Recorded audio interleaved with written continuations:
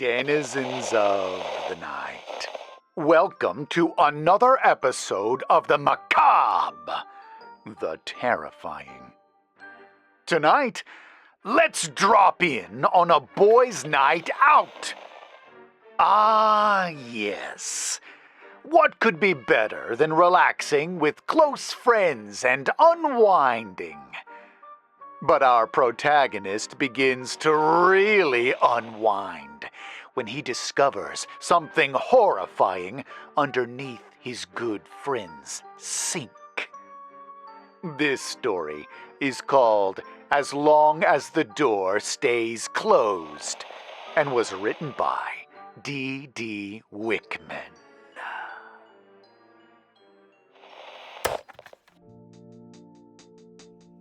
I've always had Wallace and Dan in my life. These two are not just my best friends. They're the closest thing to family I've ever had. I can't remember a time when they weren't a part of my life. It's not a matter of obsessing over one another. They've just always been there for me. I care for them like they were my own foot or an arm. They just have to be there for things to work, you know? Things weren't going so well for me back in those days. Most of the time I sat at home, isolating myself. I didn't eat much. I slept even worse. I was stuck in a dark place, and I couldn't really force myself out of it. Luckily, I didn't have to. I had people in my life who cared enough to take that step for me, and my buddies were adamant about bringing me back on my feet. Straighten my back, so to speak. Wallace put together a bit of a celebration. First, drinks at his place. Chicken wings, cheese snacks, and poker. Then, take an Uber downtown for more drinks and meeting some people. Dan had some friends from work we were going to hang out with. Good people, like a work family, he said. Not my usual deal, but I could see that I needed to make an effort. So I dug around in my closet until I found something colorful and went to spend a night with the boys. We were originally going to Dan's place, but his sister was in town and needed to crash on his couch. She was welcome to come along, but she wasn't up to it. So at the last minute, we switched to Wallace's place, a row house on a rundown street, but in a good part of town. The kind of street that has a cigarette-infused corner shop just across from a Whole Foods. Wallace and Dan met me out by the curb. "I don't think he's taking his medicine, Wally," said Dan. "I'd have to agree, Dan," said Wally. They always did this thing where they kept repeating each other's names when they wanted to make a point. I could see where this was going a mile away. "Good thing we had a chat with Dr. Heineken," nodded Dan. "We know your dosage." "And if he got it wrong, we got 3 six-packs of second opinions from Nurse Guinness," added Wallace. "Nurses can't write prescriptions," I added. "They can in Canada," grinned Dan. "Look it up, it's true." "This don't look like Ontario to me," I said. "But I get your point." "The man is down bad," huffed Wallace. "He's gonna need all the help he can get." We settled down around the dinner table, had some chicken wings, a couple of beers, and talked for a while. Wallace had a pretty bare-bones place, not much stuff on the walls. A living room, a bedroom, and a small guest room that doubled as emergency storage. It was the kind of bachelor pad that had a slight echo to it if you listened closely. But it had all the essentials: a nice couch, a big TV, and a bed that hadn't had its sheets changed for a solid 2 months. Dan talked a lot about his sister coming to town. How she kept nagging him about pointless things. How he was the one helping her out, and she acted like she was the one taking care of him. "I'm not the one who cheated on my husband and got kicked out," Dan scoffed. "I'm not the one who quit my job on a whim to slack on my little brother's couch." "You're right," Wallace added. "You'd be very faithful to your husband. Bless your heart." "Damn straight," Dan nodded. "Too bad I'm into women." "Shame," I said. "I'd marry you." Of course you would. You both would. I'm amazing. Wallace whipped out a deck of cards and put something on Netflix in the background. Some reality show. Wallace usually liked to have a lot of sounds going on around him. He didn't like it when things got too quiet. He was from a big family, so it didn't take much for him to feel alone. I was on the opposite side of the spectrum, being an only child. Dan was somewhere in the middle. The two of them might sound like idiots, but they were more successful than people give them credit for. Wallace worked with overseas shipping, and Dan was a shift manager at a bottling plant. Not the kind of titles that needed years of study to reach, but the kind of positions that require a good head on your shoulders. They were solid people, great under pressure, and honest to a fault. We played a couple of rounds, chit-chatting between games. Wallace was a great bluffer. The only thing you could know for sure is that whatever you thought he had something different. But when you figured that out, he changes to something else. He's the kind of player who always plays the person and not the cards, and he is damn good at it. Dan, on the other hand, is a wild card. He can go all in on the most random nonsense, but he can also quit when he's far ahead. He's a complete fluke, but sometimes that's what it takes to beat a guy like Wallace. We'd been playing for about an hour when I had to use the bathroom. I hurried away, locked the door, did my business, and reached for a towel to dry my hands. Problem was, Wallace's bathroom was downright nasty. Toothpaste flicks on the bathroom mirror and a funky smell seeping into the guest hand towels. I could tell they'd been there for a while. Most things had this faint yellow tinge. I decided to get a fresh towel. I figured he had a couple hidden away for fancy company, so I dug through a pile of fresh laundry. Nothing peculiar there. I dug around some more. As I did, I heard the guys call out from the other room, telling me where to find more toilet paper if needed. There was a cabinet under the sink, a big one. It didn't have any handles, but I could tell you could open it. There was a magnet on the side. So I slid a finger in there and pulled it open. I think it had some kind of lock, because there was a bit of a forceful click. I think I broke it. Something small spilled out and moved across my arms. Maggots. Fat little white things, contracting and extending in a sickly rhythm. They were all over the inside of the cabinet. At first, it looked like Wallace had crammed a big black trash bag in there, but looking a little closer, the details got clearer. It was a corpse. The body was wrapped in a black shirt and dark jeans. No shoes or socks. It had decayed into a desaturated grayish green, almost mummified. Thin brown hair stretching down a wrinkled forehead. Wide open mouth and hollowed out eyes. Bone-yellowed teeth like bars to an insect prison. That's where the smell came from. It wasn't just an unwashed bathroom. There was a dead body. A real, actual, deceased human body. "You okay in there?" Wallace called out. "You need something? I'm good." My voice was cracking. My arms shook as my heartbeat engulfed every other sound. I tried brushing off the maggots that had crawled up on me, but I kept finding more and more. I had to think fast. I brought out my phone and dropped it on the floor, squashing another maggot. I picked the phone back up and snapped a couple of pictures of the body. Then I grabbed a handful of toilet paper, cleaned up the maggots that had gotten out, and flushed them. I put everything back the way it was, but the door kept swinging open a little. I washed my hands again and stood by the mirror for a moment. I honestly thought I was having a nightmare. I couldn't fathom this being something real. A dead body in Wallace's bathroom?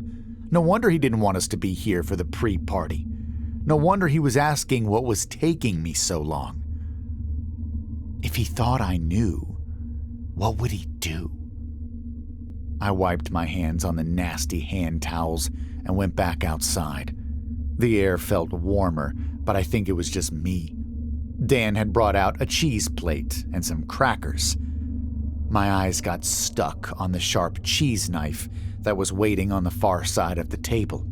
As I sat down, Dan handed it to me, away from Wallace. "You gotta try this cheddar," he said. "You know I don't care for Wisconsin, but this thing might just change my mind."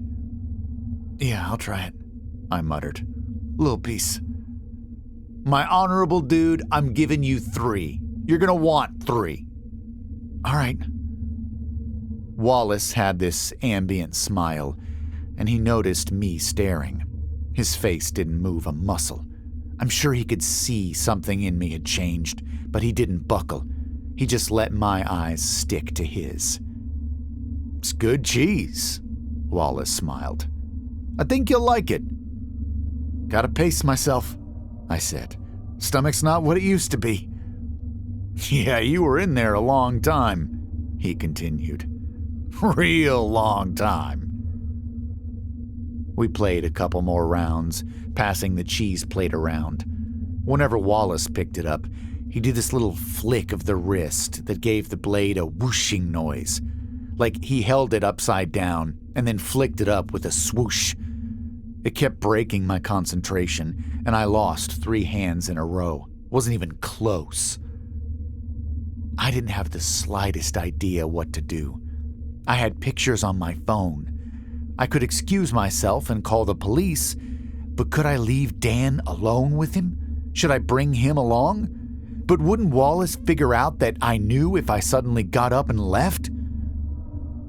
There was also the possibility that I was wrong somehow, that Wallace hadn't done anything, that this was something else.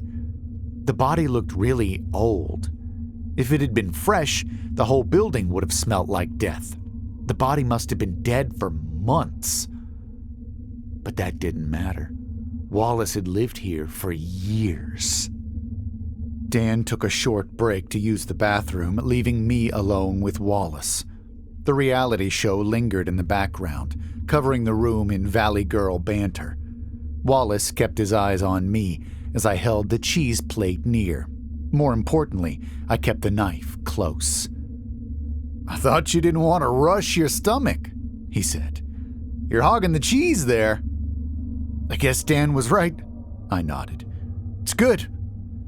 "Mind handing me that knife?" he asked. "I want to cut a few slices." "How many you want?" I asked. "I want to do it myself," he said. "No offense, but you cut 'em too thick." "It's fine, I got you," I insisted. "How many you want?" A frown formed on Wallace's face. Subtle, but it was there. Not suspicion, but something else. Frustration. Maybe he didn't know. Maybe I was getting away with it.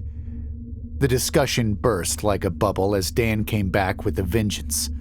Salt, lemon, tequila shots. All the while, I could tell Wallace had noticed me keeping a close eye on the cheese knife. The reality show got stuck on a "Are you still watching?" verification check, underlining just how quiet things had gotten. Just the sound of cards being shuffled and flipped, the occasional clink of a glass. Dan offered me another shot, but I turned it down. My head was already swimming. "You want something fancier?" he asked. "It's a special night. Now's a good time to ask." "No, really, I'm good," I said. A thought crossed my mind, and I held up a finger. I pointed to Wallace as casually as my body allowed. "By the way," I continued, "don't you have that other card game in your car? The one with the white cards and the nasty jokes?" "In my car?" Wallace asked. "You sure?" "Yeah, I think you brought it along last time we went out." "Funny," Wallace said. "That's funny." "No, really," I insisted. "I'm pretty sure you had it." Wallace didn't quite catch what I was going for. Dan, on the other hand, got up from his chair and pointed at the bedroom. "He means Cards Against Humanity, Wally. I think you got it in your bedroom." Dan wandered off before I could protest. I'd wanted to get Wallace separated so I could show Dan what was in the bathroom. Now I was stuck with Wallace again. He gave me a curious look. "You good?" he asked. "You don't seem all there, you know?" I didn't know what to say, and by the time I'd figured out a good enough lie, too much time had passed. He could tell I wasn't being genuine. Despite all the drinks I'd had, my tongue was dry as sand. I gave him a shrug and sipped my lukewarm Heineken. I don't know," I said. It's been crazy." "You're telling me," he chuckled. "Man, I get it. It's like when it rains, it pours, you know? One day and it's all upside down, inside out." "Yeah," I nodded. "Sometimes it all just, happens." The image of the dead body flashed in my mind. The strangest details stuck with me, like how long the teeth looked behind the retracted gums. Were all teeth that long? It made me hyper-aware of my mouth, making me smack my lips. "Change takes time," Wallace nodded. "We're here if you need it." And with that, he leaned across the table. I thought he was going to pat me on the hand, but instead, he snatched the cheese plate and the knife. He grinned as he cut up a piece of cheddar, giving me a wry smile. "No hogging the cheese," he grinned. "Not cool." Dan came back empty-handed. He'd found some other board games, but we figured we shouldn't start Monopoly this late. Besides, it didn't go well with tequila. We turned back to poker. Wallace put on another episode of that show. We discussed the details of where we were going and who we were going to meet. Wallace kept talking about this guy from work that couldn't be there, to the point where it made me take note. It was strange for Wallace to bring it up out of the blue. No one had asked. Was he inadvertently telling us who the corpse was? "I don't have a lot of friends at work," Wallace admitted. "I think y'all would like Chris. He's a nice guy." "He could be the nicest guy in the world, but we're going out for the dames," Dan said matter-of-factly. "That's just the way it is." "Why couldn't Chris come?" I asked. "He busy?" "Not sure," Wallace said with a shrug. "Preoccupied." During our next couple of rounds, I had another tactic. I made sure our glasses were topped off. Both me and Dan had already used the bathroom, so I figured I could get Wallace to go next. That'd give me some time alone with Dan. I made sure everyone drank, and like clockwork, Wallace excused himself for the restroom. As soon as he locked the door, I fumbled my phone out of my pocket. Dan didn't notice anything at first, but as soon as he saw my demeanor shift, a worry settled over him. I unlocked my phone and put a finger to my lips. "Look," I whispered. "We gotta call for help. There's a dead body in there." "What?" It's like he didn't register the words. I might as well have spoken a foreign language. It went in one ear and out another. "A dead body," I repeated. "Look, I saved it." I showed him the pictures I took. He scrolled back and forth and scoffed a little. He was laughing, as if I was telling a joke. I realized the light in the pictures wasn't the best, and it didn't help that I was holding the phone from a weird angle. It probably just looked like a garbage bag covered in white sprinkles. "It's not a joke," I assured him. "It's really there, right under the sink, stuffed in like a..." The toilet flushed. I put the phone back in my pocket and looked back up at Dan. His smile had faded a little, but I could see he wasn't understanding. Perhaps in his world, what I was saying was impossible. So before Wallace got back, I leaned back in and whispered, "See for yourself. Go back in. Check under the sink." Wallace came back and sat back down. Dan gave me another look and headed to the bathroom without a word. For the third time, I was alone with Wallace. This time, he could tell I was upset. I couldn't hide it, not after talking to Dan like that. "You're really not looking well," said Wallace. "Maybe we shouldn't go out." "Maybe," I nodded. "We'll just see how this plays out." "What do you mean?" he asked. What's gonna play out?" Wallace leaned over the poker table, keeping the cheese knife close to his body. I listened for Dan to react to the body in the bathroom, but there was nothing. Maybe he was already calling for help while I kept Wallace busy. "You know, whatever," I said. "Whatever happens, happens." "Whatever happens, happens," Wallace laughed. "Mister, I need to know where all the bathrooms are at all times. Want to tell me that whatever happens, happens? Now I know you're not all right."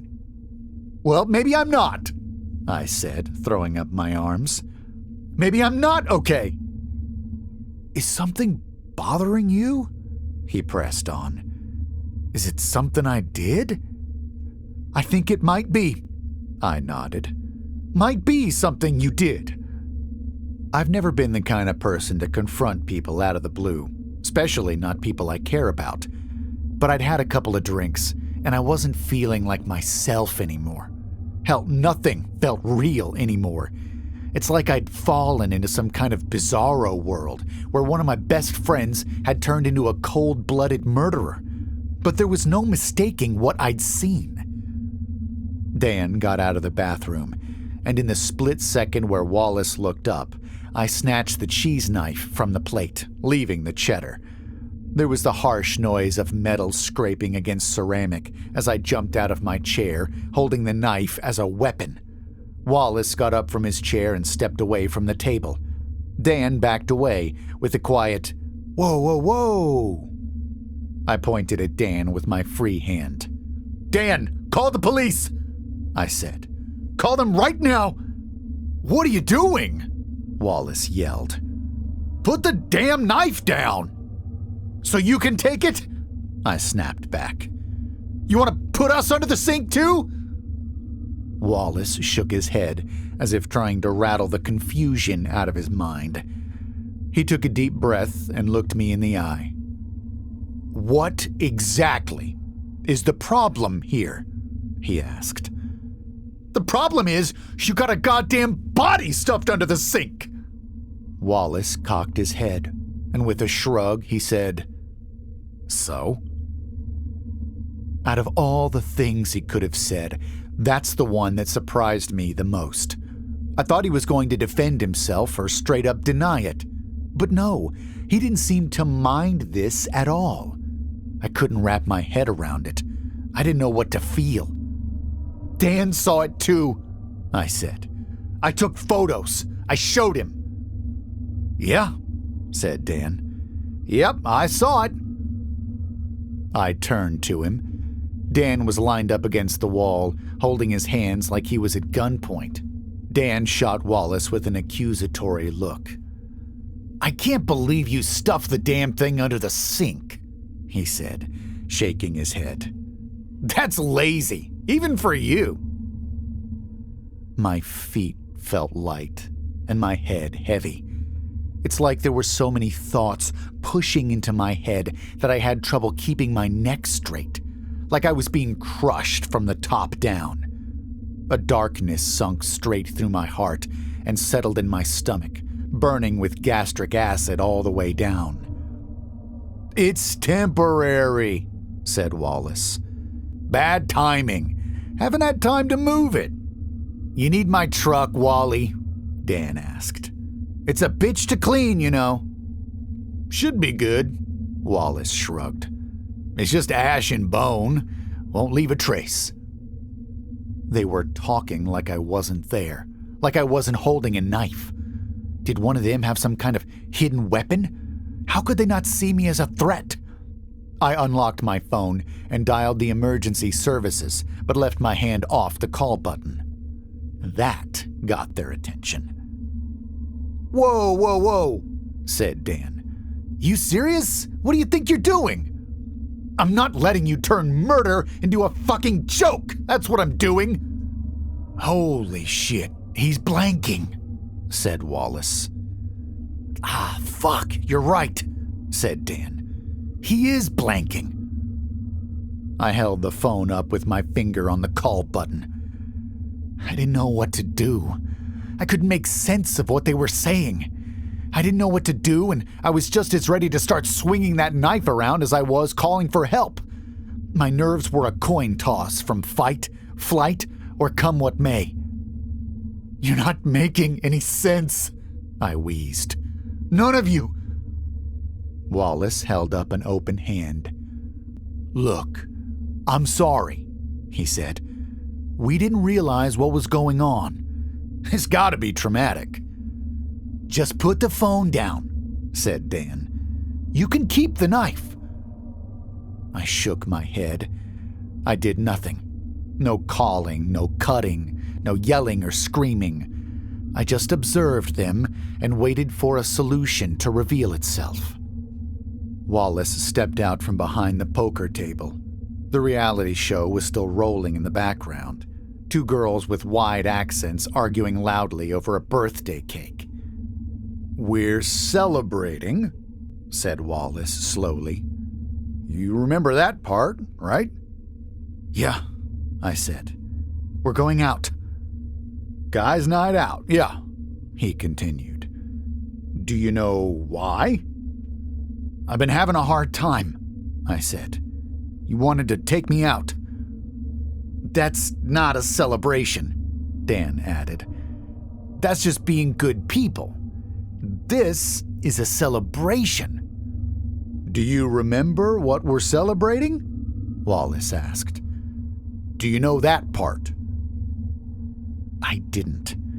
Thinking back on it, there was a bit of a muddled cloud over that part. It had come pretty much from nowhere. The guys had invited me out, and I accepted without a second thought, like we'd done it before, but I couldn't remember when or why. "Sometimes, when you do things you wouldn't do, we blank out," Wallace added. "Happens to a lot of newbies." "What the fuck kind of sentence is that?" I let out a joyless laugh.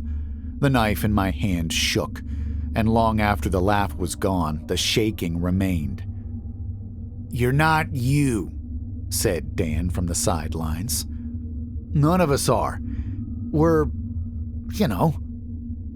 different," Wallace nodded. "Better." Wallace pointed to the bathroom, taking a step closer. "That's me in there," he said. "The real me. But I'm real too." Wallace took another step forward and extended a hand. "Give me something," he said. "The phone or the knife or both. But you gotta trust me." "I don't even understand what you're saying," I said. "How the hell am I supposed to trust you?" "Because you know me. You know Dan. You've known us long, long before we got here. We're the same brood, man. Brothers." "Brood," Dan scoffed, shaking his head. "Don't like that word." "Dan, not the time," Wallace said, rolling his eyes. Dan held up a hand apologetically and shuffled away from the wall. Wallace was right in front of me. He slowly placed a hand on the blade of my knife. The Valley girls on the TV were laughing now. Drama solved. The cake was safe. "I can tell you we helped you," said Wallace. "I can tell you that you're the youngest, but no matter the words, you can still feel it. You know you can trust us." But I didn't know shit. I had a murderer wrapping his hands around my weapon, and I was hesitating. I couldn't stop that image, that black shirt, those dark jeans, the plop of a fat maggot hitting the ceramic tiles. "You want me to show you?" Wallace asked. You want the truth? I didn't. I really didn't. I just wanted to go home and forget that entire night. To go back to the time where we were just gonna go out for drinks. Guys' night. And yet I released the knife and nodded. Wallace dropped it on the floor. Yeah, I sobbed. I want the truth. We went out the back door. Dan was in no position to drive, but I saw him lean over a fence and do this strange hulking movement. After a couple seconds, his stomach rippled, and a transparent glob of jelly rolled out of him like a hairball. Then he was fine, sober even. No slurred speech, no swinging movement. He went and got his pickup truck.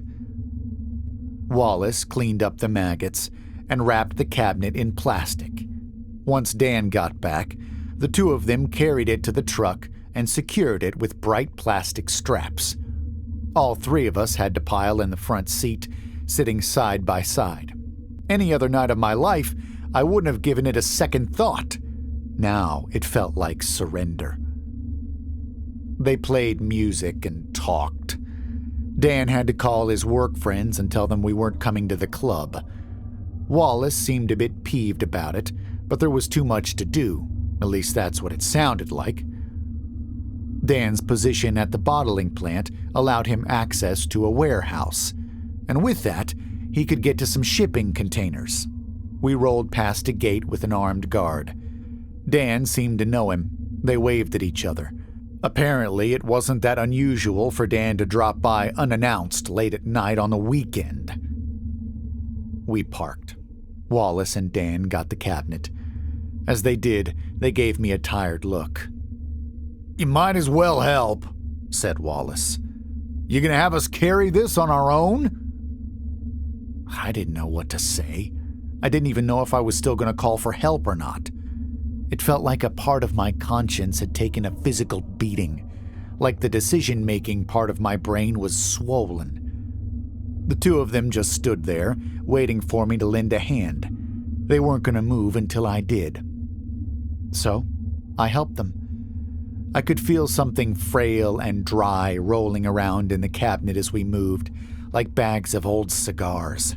3 guys and an improvised coffin. Our footsteps echoed against the metal walls. Hollow containers in neutral colors, most of which were rusted or scheduled for destruction. We went to the far end of the building and put down the cabinet. We all took a moment to catch our breaths. The container in front of us was just like all the others, the same neutral color, similar serial numbers, same company logo, a faded blue sunflower print. Dan stepped up and clicked the lock open. Then he gave me some space, and Wallace tapped me on the shoulder. When you're ready. The container was slightly ajar. Dan was using a little flashlight from his keychain, casting my shadow across the door. For a moment, I didn't know what to do. I could walk away and never know for sure. Or I could fling those doors wide open. There might be nothing inside, and I'd have 2 of my friends murder me. Or there would be something inside that I would be unable to understand. But as long as I was out there with my hand on the door, I could be anything. A guy being pranked, a victim, a murderer. As long as that door stayed closed, I was all of it at once. But I had to know which one was real. The doors swung open with a rusty whine. There was a lot of plastic and a lot of chemicals, vacuum-sealed bags. A hand on my shoulder urged me forward. Another hand reached ahead, pointing at one of the corners. There, Dan said. That's you. And with that, I broke into 1,000 screaming pieces. I hadn't just been in a dark place these last few weeks. It had been a real, actual space. somewhere dark and fractured, somewhere you are born and dying in the same heartbeat, dreaming of life. And somewhere in there, I dreamt of me. A life not my own, but someone else's. But I dreamt it so clearly, so vividly, that I wanted it as my own. I remember barking, a hunched skulking behind the trash cans, how I'd practiced standing and talking and walking, changing. Dan and Wallace had helped me. I knew them from before. There was a body in that container that looked like me. It had succumbed to my dream, and it had been replaced. And I'd wanted so bad for that dream to be real that I'd forgotten. I'd blanked. There was a body, and that body was me. Those were my eyes, unblinking as another fly drank itself fat off my cold skin. "You'll get there, buddy," Dan muttered. "Take your time." My mind cycled. I was real, but I wasn't real. I had thoughts, but they weren't mine. I'd done all I could to get away from that dark, but it was still there. The more I thought about it, the more I felt it. I stood there on my knees, looking at my broken face lit up by a faint pocket light. My eyes looking back at me from behind a sheet of plastic. But those were never my eyes. In so many ways, we were alike, but we weren't the same. Wallace and Dan took me home later that night. They closed the container and locked it back up. We weren't going to use it anymore, and there were no more bodies to hide. The gang was all here, and this ordeal was going to disappear forever. From that night on, there would be nothing and no one that could say I wasn't me. They could run every test on my body, ask me any question, and check every atom of my being. I am me, but in every other way, I am not. It's such an alien thought to live with. This one thing is such a small part of my life, but it changes everything. I know I'm no different from what I dreamed I'd be, but that doesn't change the fact that it never happened to me. I wasn't the one who graduated high school or got my driver's license. That was another body, one that I dreamed of. And yet, I know all about it. I could point my math teacher out in a crowd, even though I'd never really seen the man with these eyes. I'm just a copy. But Dan and Wallace were different. Not only were they my real friends, they were also something more, something other. And even on that level, we are family. I know there are others, but they're not like us. They're not brood. They want more than to step out of the dark. It's been some time since poker night. The guys originally took me out to celebrate my arrival, or crossing the line. I was the last addition to the group, and we'd finished the replacement just a couple of days prior. I'd gone so far into my new life that I completely blanked on what we'd done. I still can't see it clearly. It's like smoke in a nightmare. We still play poker sometimes, not to celebrate, but just for fun. I still go to work and laugh and joke. I can enjoy a cold beer and watch my favorite show, but there's always that nagging voice in the back of my mind. Am I really enjoying this, or am I convincing myself that I like this? Am I laughing because that's what I dreamt I should, or because I find something funny? Where does what's real end and I begin? I don't know why I'm writing this.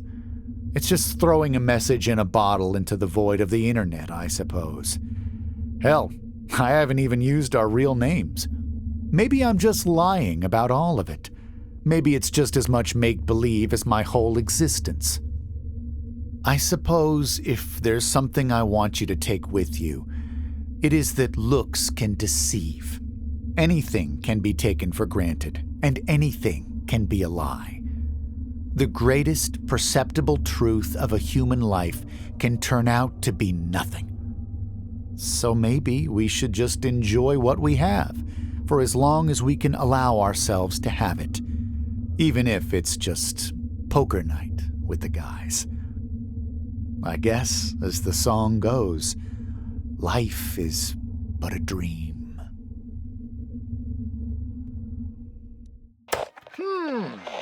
Well, that didn't go exactly like I thought it would. And how about that message at the end? I'm just supposed to enjoy life as it comes, even if I'm not the original me? You know, if you get down to it, deep down, can you call even your atoms your own? Aren't we just borrowing them?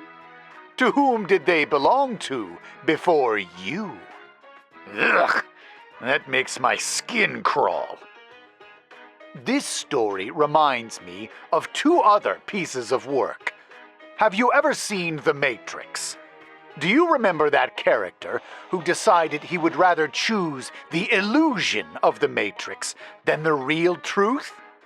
I know that we're not supposed to support his decision, but can you blame him? What lengths would you go to in support of truth?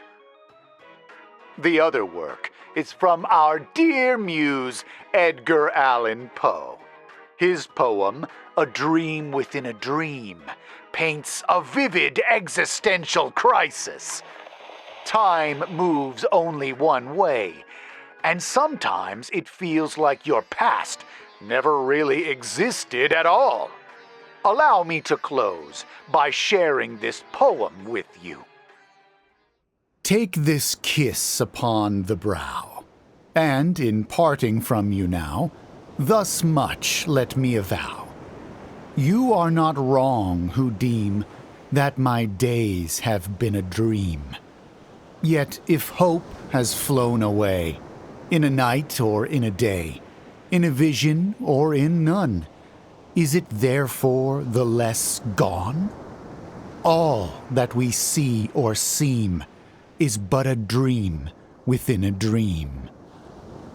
I stand amid the roar of a surf-tormented shore, and I hold within my hand grains of the golden sand.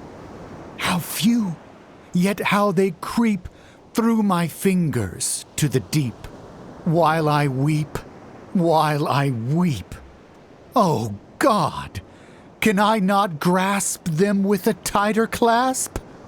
Oh God, can I not save one from the pitiless wave? Is all that we see or seem but a dream within a dream?